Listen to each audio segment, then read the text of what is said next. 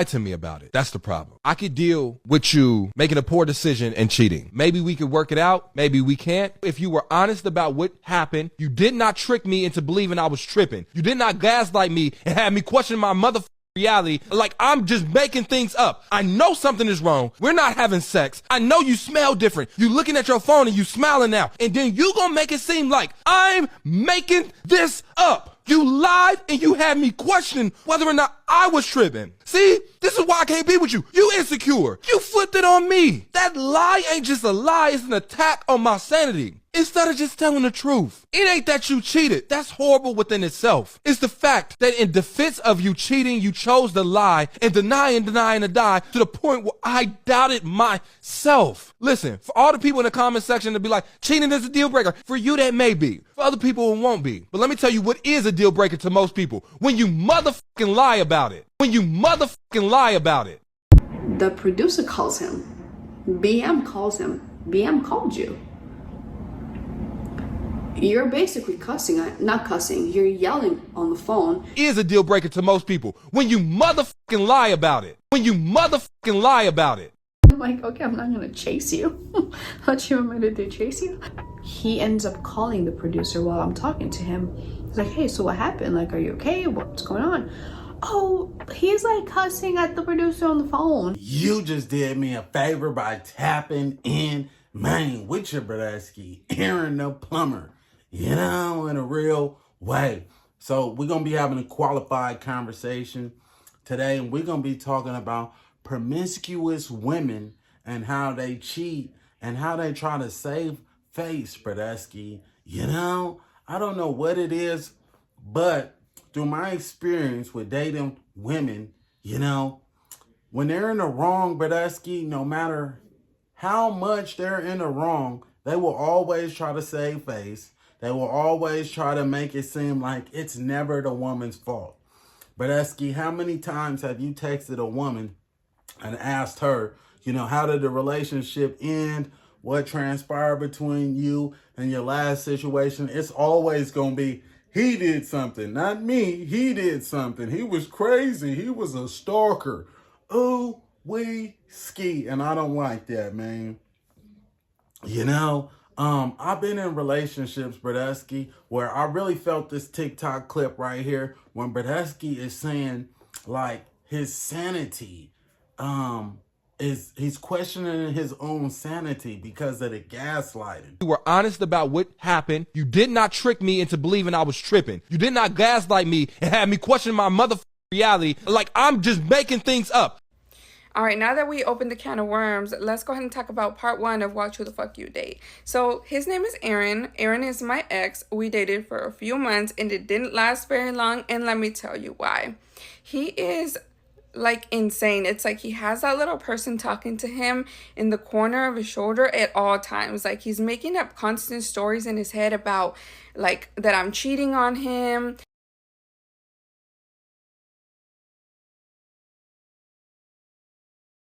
That he's got to watch his back, that I have guys in my apartment at all times, and that I'm cheating while I'm at work. When I work in a clinic full of women, by the way.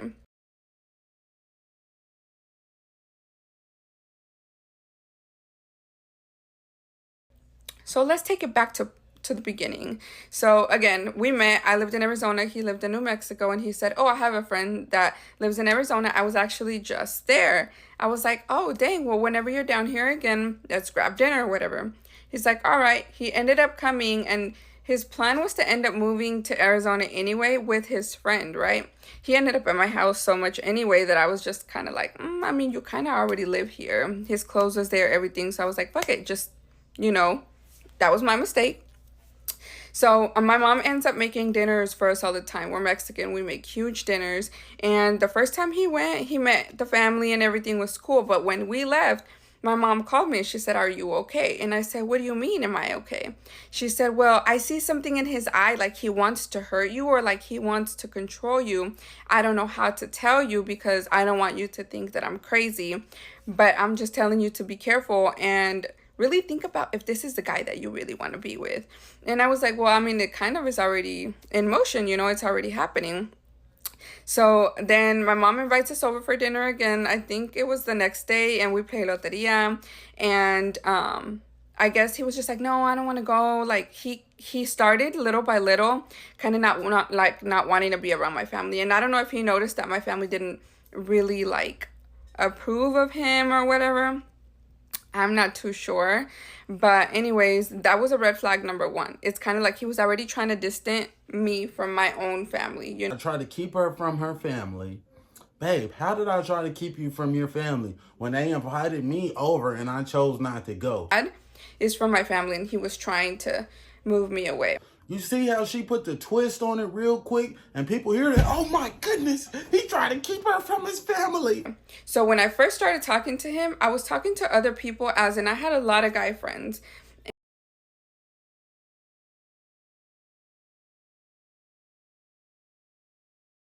And I don't hang out with too many girls because sometimes it can get overwhelming and a lot of drama can start. So they would still text my phone, and of course I talked to somebody else before I met him too. It kind of just ended up going in the direction with Aaron. And so they would text my phone, and he would check my phone every few hours. Every time a vibration would go off, every time I'd get a notification, he's looking at me like he wants to like literally do something to me. I don't know what was going on. It's just that look in his eyes, and you guys know because you have seen that look in the Pop the Balloon game, like this video that went viral. So he starts checking my phone every few hours. He starts to track my location. I gave him my location on my phone because I was like, I have nothing to hide, right? And I'm always either at work with him at home or with my family. So go ahead and go to part 2. This woman in particular that I was dating here, she had 2 kids. She definitely had mental health issues and was taking medication for that, Bradesky. So my advice to the brothers is, hey man, when you see them red flags, man, get on. Do not try to save the relationship. Bradesky, it's best to put yourself first. But in this particular situation right here, man, you see the woman already lying. Yeah, I'm saying she already talking about to track my location. I gave him my location on my phone because I was like, I have nothing to hide, right? And what's wrong with this guy? He's a stalker. He's a stalker. So let me tell you something, Bradesky. If your significant other, she clearly says she shared her location with me. It's not like I just hacked into her phone, put a code on there, and I can see everywhere she's going. No, you willingly shared your location with me, right? But I'm so smart, Bradesky. Yeah, I'm saying while the woman is supposed to be working, I'm going to FaceTime you real quick. Okay, now I got your location. While you at the desk, baby, you should be right here at that location at the desk. You know, in a real way. Why are you out in the parking lot during work hours? Oh, whiskey in the corner of the parking lot. You know what I'm saying? In a real way. So, long story short, Bradesky, I had to go do my investigation. You know what I'm saying? And sure enough, she was getting them cheeks clapped. Clappity clap, clappity clap. Yes, getting them cheeks clapped in the car in the middle of the summer. But because I'm too smart to allow these women to run that manipulation and those games on me, he's crazy. He's a stalker. Yes. And I admit where I was wrong. I should have just left the situation alone. But I did not possess all the emotional intelligence that I have now. You know, I was actively trying to get my journeyman license in plumbing and trying to start a family. So I was trying to keep my family together, Bradesky. You know what I'm saying? She had 2 kids that were not mine. And man, I love them kids like they were my own, you know, in a real way. They came to me for everything. Everything. If they wanted something, they came to me in a real way. You know, because mom, you know, before mom pays for her son's haircut, she's going to spend $60 on makeup. You know, she puts herself first before her children. That's why she does not have custody of her kids. Oh, whiskey, man. You know, in a real way. So I wanted to make this video for the brothers out there that are dealing with women that are gaslighting them, that are manipulating them, Bradesky, my best advice to you is, number one, whiskey. Do not take these women out on a date. Yes, man, I said it. Do not take a woman out on a date. Just because she's beautiful, that doesn't mean she's into you, man. You know, just because she's beautiful does not mean she is into you. Bradesky, do not take a woman on no date unless she knows, unless you know 110% that this woman is into you. And she's not just trying to feed her belly, man. You know, in a real way, because that's what these women do, Bradesky. They will have no interest in you, no aspirations in getting to know you, into making something come to fruition with you, but still go out with you and play them games, man. You know, in a real way, though. Now, I felt Bradesky in this clip right here where he said cheating may not always be a deal breaker. You know, in a real way. Sometimes people do make mistakes, but my advice to you, Bradesky, coming from a man that's been cheated on, leave that situation alone, Bradesky. If that woman stepped out on you once, she'll certainly do it again, man. You know, don't allow these women to gaslight you. You know, this woman really would play on my emotions. You know what I'm saying? Anytime, hey, Bradesky, you should never have to check a woman's phone. But when we at home, you know what I'm saying, and you're in the bathroom for 45 minutes and you went to the toilet 2-3 times, you know what I'm saying, in the past hour already, I'm already knowing what's going on. Bradesky, she's sitting on that toilet, she's texting, you know what I'm saying, the other dude, hey, yeah, whoopty whoop. So when she come out the bathroom, hey, baby, give me your phone, you know what I'm saying? Now, you don't have to give me your phone. You can totally say no. But you know, if you say no, I'm gone. In a real way. So give me that phone, babe. You know, they come and give you the phone. You go through the phone. It's text messages. She trying to get boned. You know, in a real way. Now it's, oh, you're crazy. He's always going through my phone. You know, I did all of these things, but you decided to stay? Oh, whiskey, man. If you decided to stay, babe, it couldn't have been that bad, you know? But Bradesky, I just wanted to make this video real quick. I didn't want to give these women no clout or the recognition, you know? But we're going to give these birds the title they deserve, man.